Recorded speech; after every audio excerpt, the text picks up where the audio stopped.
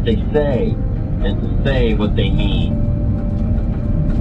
There was something interesting about the Indians of the Southwest and the skills they felt were important for their children to know. Hiding was one of them. In a desert environment where you would think there was nowhere at all to hide except possibly by squeezing yourself behind a cactus plant, the Indian children could literally disappear. And running was another very important ability. Beginning as young as 6 or 7 years of age, Indian children were taught to run long distances while holding a mouthful of water in order to develop breath control. And of course, both running and hiding were skills that could save the life of an Indian child, as well as preserve the security of the group. Kids today must be taught skills that will save their lives. And integrity is one of those vitally important skills. Maybe it's hard to convince yourself of that.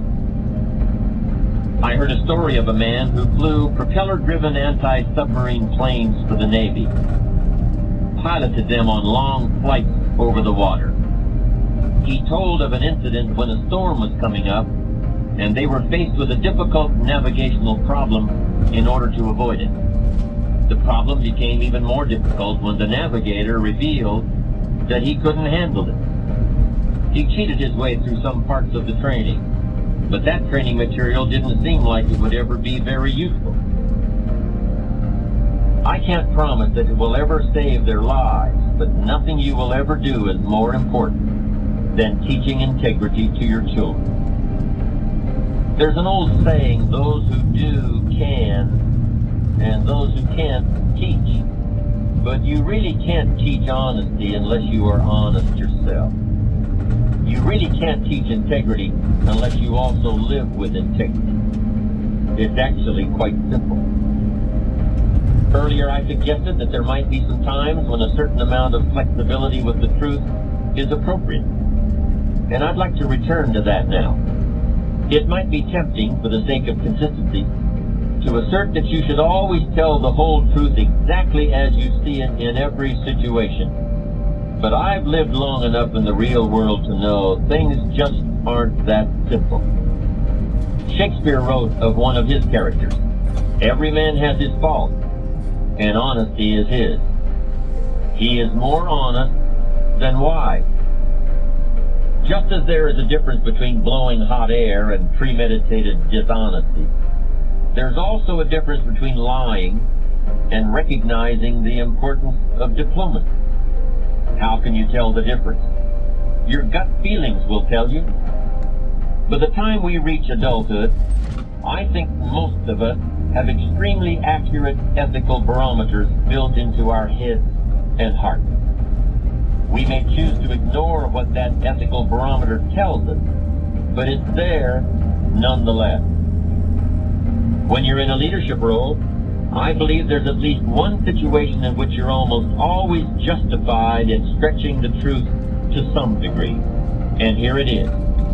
You should overstate your degree of enthusiasm for your employees' work. You may use many, many carrots and very few sticks. Your recipe for dealing with subordinates should include at least 3 parts praise for every 1 part of criticism. Will this stretching of the truth cost you respect? I don't think so. Will a little sugarcoating of your true feelings foster greater productivity, better work, and improved morale? Absolutely. And that conclusion is supported by a great deal of behavioral science research. Praise is one of the world's most effective teaching and leadership tools. Criticism and blame, even if deserved, are counterproductive unless all other approaches have failed.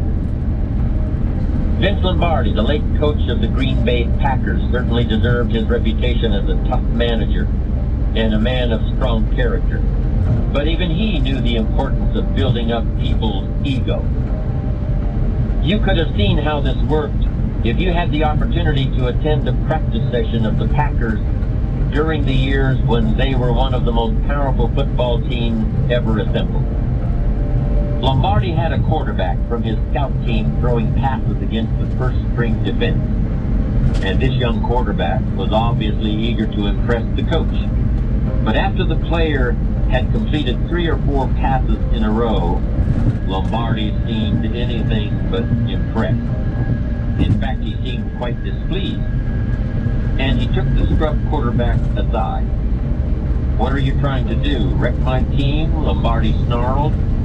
"Start throwing interceptions." And you'd better believe he started throwing. We can call it diplomacy or psychology or just plain flattery, but it often brings out the best in people, and it's the grease that keeps the machine of human interaction functioning smoothly. So honesty is the best policy, but sometimes a little less than total honesty is even better.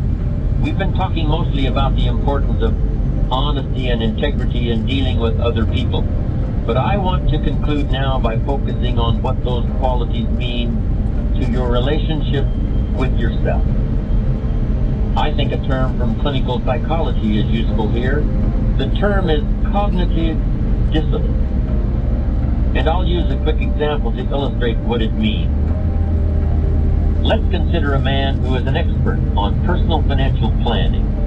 He makes a good living advising people about life insurance, trust funds, and the various kinds of mortgages. But a great deal of his business is devoted to helping individuals who have gotten themselves deeply into debt, who need to tear up their credit cards and start saving instead of spending. Sometimes there is no alternative but declaring bankruptcy and starting over. We are so surprised when one day this expert on personal financial planning says that he is going out of business. "I just can't take the pressure anymore. It's too much stress." Well, we can understand that. It must be stressful facing the problems of one person after another who's gotten into trouble financially, to work through it with them day in and day out. But here is the big surprise. "I'm the one who's in trouble financially," he suddenly admits. "I'm behind on everything, even my car payment. And after lecturing about the perils of debt all day, I can't stand to look in the mirror anymore." Wow. This man is experiencing cognitive dissonance in an extreme form. He is trying to live with 2 conflicting images of himself in his head, and the strain is simply using up all his energy. He's fundamentally a good person. He really believes in doing the right thing, but that's the trouble. He knows he's living a lie, and the stress of that finally gets to him. You might be surprised by the percentage of high-level managers and professional people who secretly know that they're presenting a false image to the world. The need to keep up appearances, the competition with peers, the pressure to make every year better than the last one. All this can make it very tempting to put on a mask.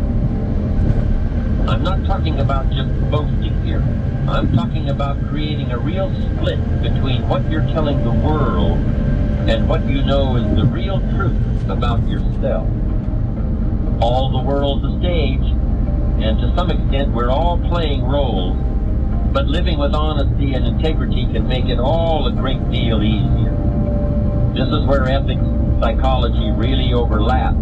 Not only is it right to minimize cognitive dissonance, in the long run, it's a lot easier on your psyche.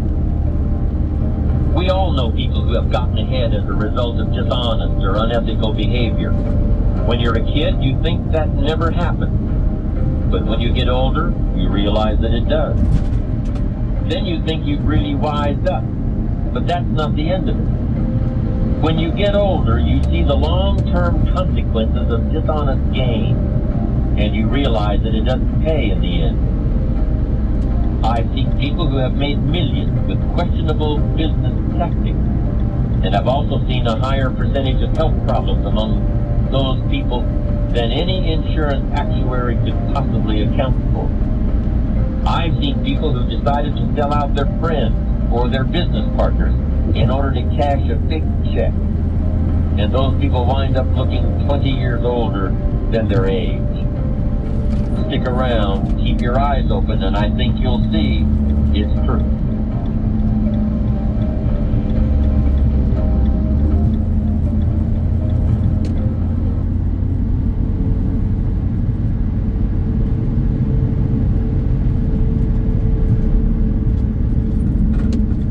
But now let's make these notes now.